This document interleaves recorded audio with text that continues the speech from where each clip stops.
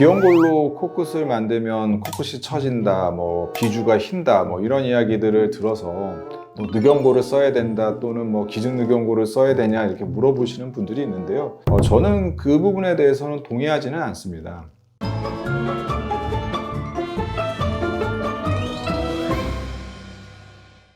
안녕하세요. 다림성형외과 성형외과 전문의 송준호 원장입니다. 오늘은 코성형 때 쓰는 재료 중에 하나인 귀연골에 대해서 한번 알아보도록 하겠습니다. 귀연골은 저희가 이제 의학용어로 콩카라는 용어를 사용을 하고 있는데요.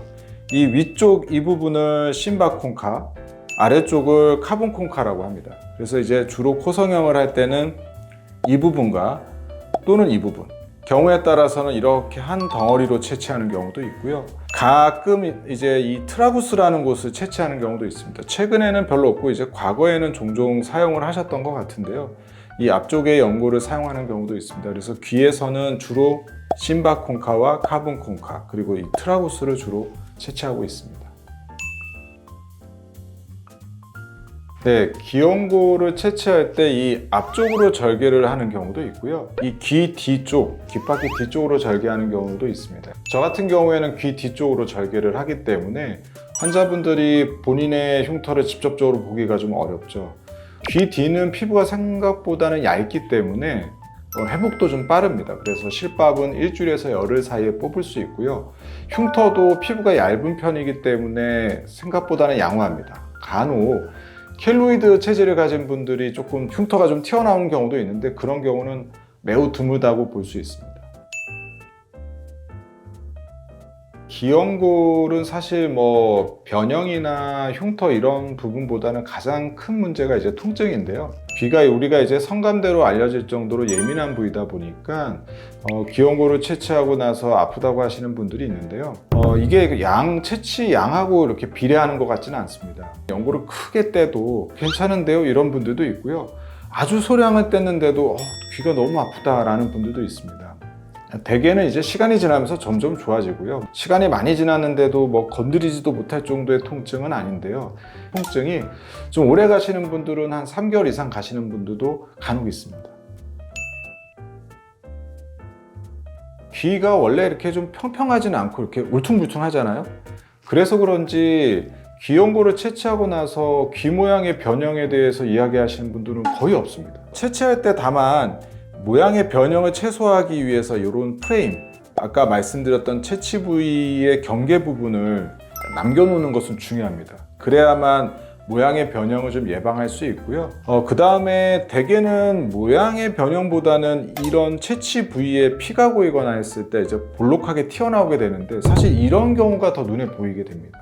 이런 것들을 예방하기 위해서 저는 이 퍼티라고 해서 우리 이제 차르 클레이 같은 그런 의료용품이고요. 이런 퍼티를 이용해서 귀를 좀 눌러주면은 이런 출혈이라든지 변형을 예방할 수 있어서 퍼티를 제작을 해드리고 한 3주에서 한 4주 정도 착용을 추천드리고 있습니다. 상담 오신 분들이 많이 질문하시는 것 중에 하나인데요. 귀연골로 코끝을 만들면 코끝이 처진다, 비주가 흰다, 이런 이야기들을 들어서 늑연골을 써야 된다 또는 기증늑연골을 써야 되냐 이렇게 물어보시는 분들이 있는데요. 저는 그 부분에 대해서는 동의하지는 않습니다. 귀연골의 사용에 대한 내용은 옛날부터 코성형과 관련된 다양한 책 그리고 교과서에서 꾸준하게 현재까지 언급이 되고 있고요. 그렇게 좋지 못한 재료라면 지금까지 오랜 세월 많은 의사들을 통해서 이렇게 광범위하게 사용되어 오지는 않았겠죠. 코끝의 모양을 유지한다든지 코 모양의 변형을 일으키는 원인은 단순히 지지대의 종류가 영향을 주는 것은 아닙니다. 다양한 요소가 있는데요. 피부의 두께라든지 타이트한 정도, 코끝 연골의 발달 정도, 두께나 강도, 그리고 원래 코끝에서 얼마나 많은 변화를 줬는지 정도라든지 채취한 연골의 종류, 또 그 크기와 강도 등이 있을 테고요. 그래서 귀연골이기 때문에 코끝이 처진다기보다는 앞서 말씀드렸던 그런 다양한 요소, 해부학적인 특성이라든지 수술 방법 등이 코끝 처짐이라든지 코 수술 후의 변화의 원인일 가능성이 더 크고요. 귀연골이기 때문에 그런 문제가 생기지는 않습니다. 다만 기연골로 코끝을 모양을 만들려면은 다른 연골보다는 조금 더 러닝 커브, 숙련되기까지 좀 시간이 많이 걸립니다. 제 주변에서도 기연골로 코끝을 만드는데 좀 어려움을 느끼시는 분들도 있고요.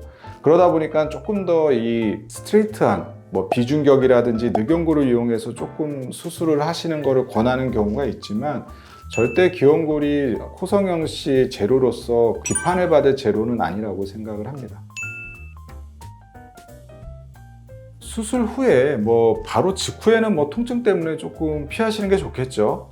하지만 한 달 이후에는 이 채취한 부위가 아닌 주로 피어싱 이쪽에 많이 하시던데 이런 데는 크게 문제되지는 않을 것 같습니다. 하지만 연골을 채취한 부위에 나는 피어싱을 하고 싶다, 그러면 아무래도 이 수술 부위를 자극할 수 있기 때문에 한 최소한 3개월 정도 이후에 하시는 거를 추천드립니다. 수술 부위에 절개 부위를 봉합을 하고 나면은 한 24시간에서 길게는 48시간 이내에는 조금 출혈이 있을 수 있고요. 그 이유는 봉합 부위를 마치 방수하듯이 촘촘하게 꼬매버리면 피부가 괴사가 됩니다. 그렇기 때문에 어느 정도의 간격을 두고 봉합을 하기 때문에 그 사이로 이게 출혈이 조금 될 수는 있죠. 소량의 출혈은 크게 문제되지는 않습니다. 너무 걱정 안 하셔도 되고요. 다만 출혈량이 너무 많거나 피가 귀 안에 고이게 되면은 팽창돼서 통증을 느낄 수 있습니다. 통증이 좀 심한 경우라면은 병원에 연락하셔서 확인해 보시는 것이 좋을 것 같습니다. 수술 직후에는 수술 부위가 이게 자극이 되면 안 되기 때문에 가급적이면 피하는 게 좋을 것 같습니다. 이제 한 달 정도 이후에는 그쪽으로 누워서 주무셔도 괜찮기는 한데요. 아무래도 좀 연골 채취 부위에 압박이 가해지면 좀 통증을 느낄 수 있겠죠. 만약에 그쪽으로 누웠을 때 통증이 있거나 불편감을 느끼신다면 그쪽은 피하시는 게 좋을 것 같고요. 앞서 말씀드렸지만 저는 기연골을 사용하는 경우에는 모양의 변형을 예방하기 위해서 퍼티라는 것을 만들어 드립니다. 그러다 보니까 이거를 착용 기간이 한 3, 4주 되니까 그 사이에는 조금 이어폰을 사용하기가 조금 불편하실 수도 있을 것 같습니다. 하지만 그 이후에는 편하게 착용하셔도 될 것 같고요. 지금까지 기연골을 채취하신 분들 중에서 이어폰 착용이 어려웠다라고 하시는 분은 없기 때문에 그 이후에 이어폰 착용에 그렇게 불편함은 없으신 것 같습니다. 네, 수술 직후에는 이제 드레싱이 되어 있기 때문에 아마 이렇게 귀를 이렇게 감싸거나 압박하는 이런 헤드셋이나 기막의 착용이 좀 어려우실 겁니다. 3, 4주 정도는 가급적이면은 수술 부위에 자극을 주지 않는 것이 좋기 때문에 착용을 좀 피해 주시는 게 좋을 것 같고요. 그 이후에는 통증 정도를 고려하시면서 기막이나 헤드셋을 사용하시면 될 것 같습니다. 네, 지금까지 코성형 씨에 사용되는 재료 중에 하나인 기연골에 대해서 알아봤습니다. 아마 더 궁금하신 부분 많으실 텐데요. 더 자세히 알고 싶은 내용이 있으시면 댓글로 남겨주시거나 홈페이지에 문의사항을 남겨주시면 제가 성심성의껏 답변 드리도록 하겠습니다. 지금까지 다름성형외과 성형외과 전문의 송진호 원장이었습니다. 감사합니다.